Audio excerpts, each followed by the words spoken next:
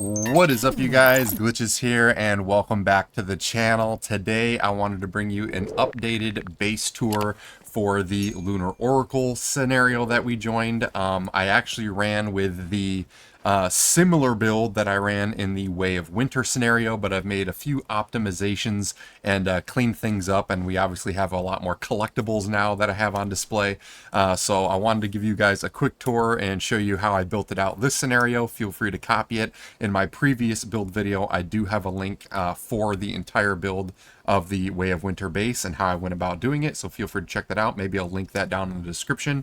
But yeah, without any further ado, let's jump into it.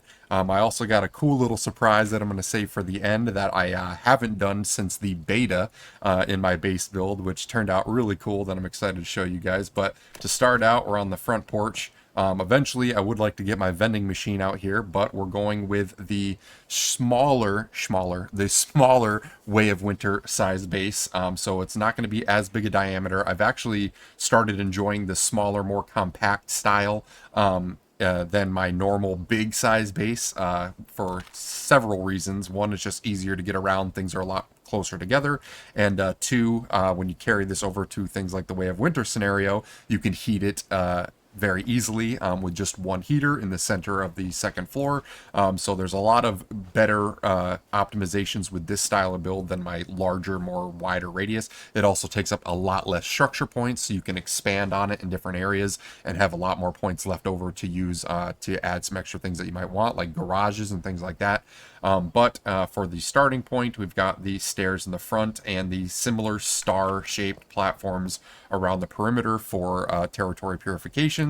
This wraps all the way around the base with turrets. I think we have like 10 or so, maybe 12 turrets going around the entire outside of the base.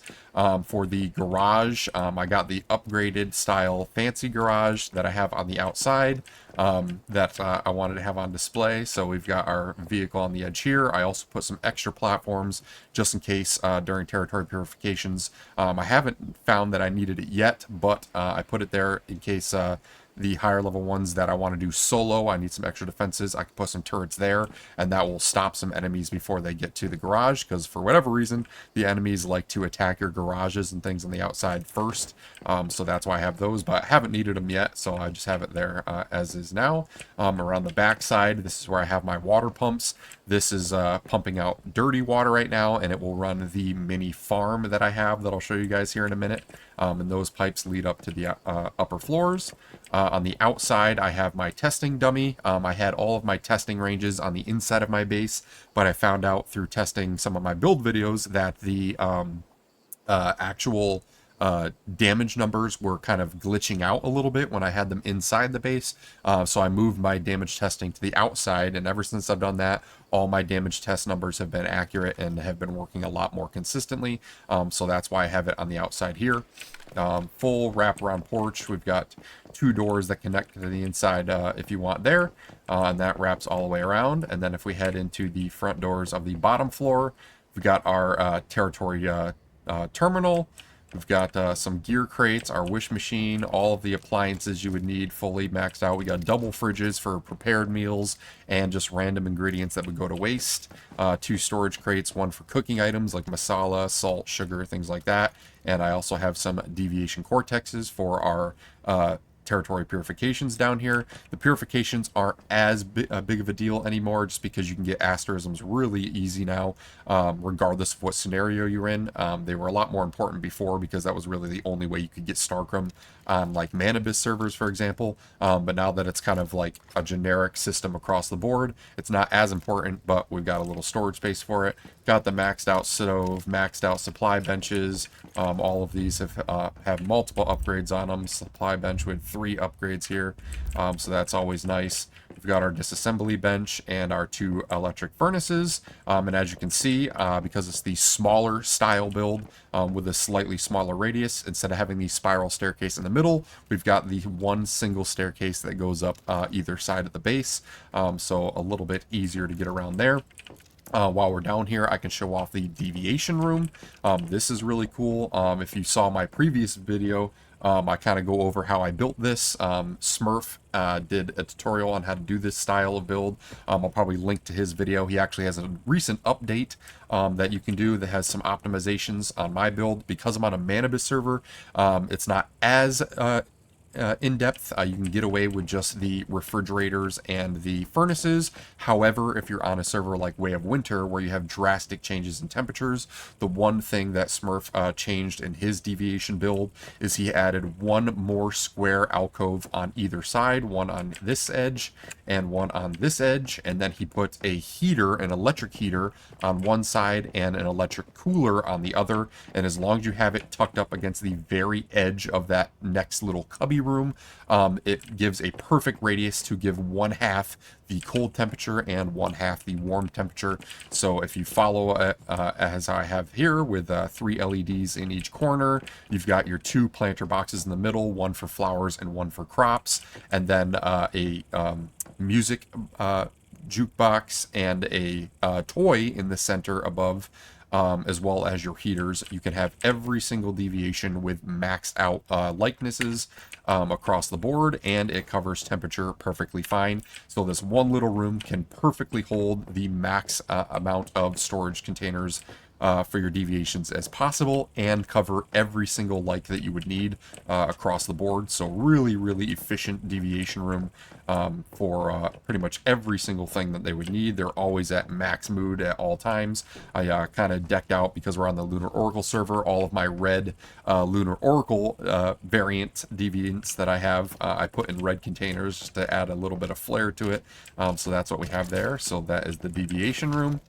Then we have a teleporter. This will link to our top floor. I won't use it right now, but we can come back down once we get to the top.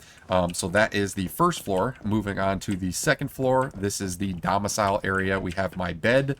One quick note for the devs, I have put a bug report in. I've got the legendary Starry Cloud bed, but one thing I noticed is that when you sleep in it, it actually regenerates your sanity slower than the purple industrial bed. In my opinion, anything legendary and above should have the max level sanity reduction as possible. So I've let them know about that, and I believe that they've already confirmed that they are going to be fixing that. So hopefully in the near future, this legendary bed should give you the max sanity reduction that the purple industrial bed does. So look forward to that. But we also have pretty much every single collectible that's been available in the game. As you can see, we've got the thermal tower here, we've got the Shephosaurus, the By the Wind, and we also have the Manibus from the OG collector days. Also got the 3 men from the Battle Pass, our TV. So pretty much every major collectible that you can get so far in the game. All of our rep bonuses from our Season Pass achievements, those are all there. Got all of the Seasonal Pass decorations going on. I decked out the room with pretty much every collectible that you can potentially get, and this is my personal little space where you can just come out and chill. We got the fireplace, and then obviously we've got front and back entrances to our wrap around deck. This goes all the way around the base.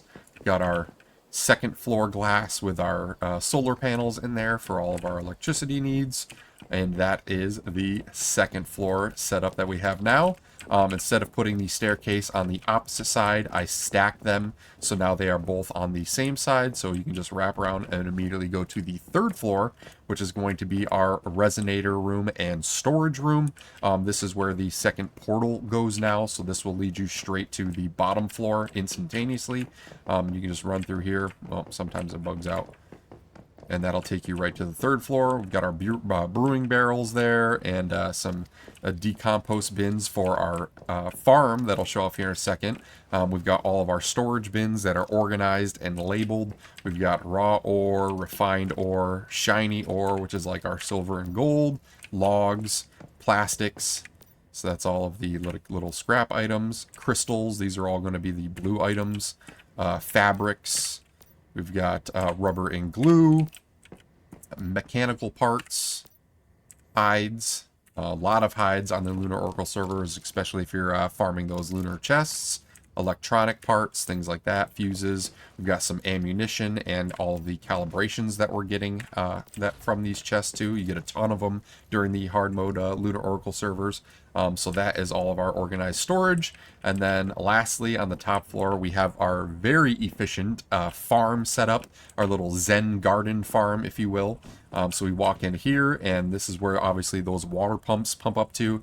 And I'm running a loamy soil farm. I would not sleep on loamy soil. A lot of people use the planter boxes, but for those of you that don't know, the only downside to planter boxes is they have a 13% slower yield. And if you're not 100% focused on just spam farming constantly, you'll almost never notice that 13% difference. The only downside to the planter boxes, though, is it takes up like 4 times the amount of space. So in this little area, if I was using planter boxes, I'd probably only be able to put like 1, 2, probably like maybe 50 total planter boxes in this one little area. But when I'm using loamy soil, this one little 3x3 gridded area can have over 112 plants in it.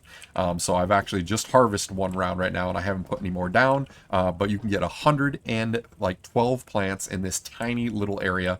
And just like the planter boxes, you can plant the seed and put fertilizer in it just like a normal planter box. So if you get the boosted deviation soil and things like that, you'll get tons of deviated plants still. It'll just take a tad bit of longer time, but for saving on space and building area, this is way more efficient. In almost every base that I build now, I run loamy soil instead of planter boxes now, because you can just fit way more plants in it than you could with the boxes. So that is my cool little efficient farm area.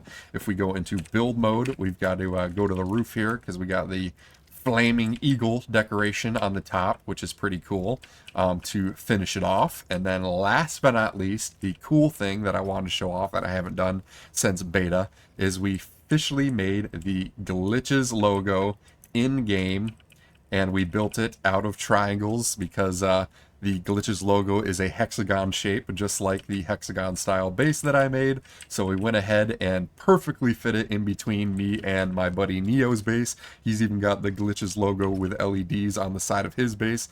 So pretty cool setup, and I think it just adds some unique promo flair to the build, if you will. And eventually we're going to turn this into a cool little like walk-through garden area. But right now we just got the layout of it.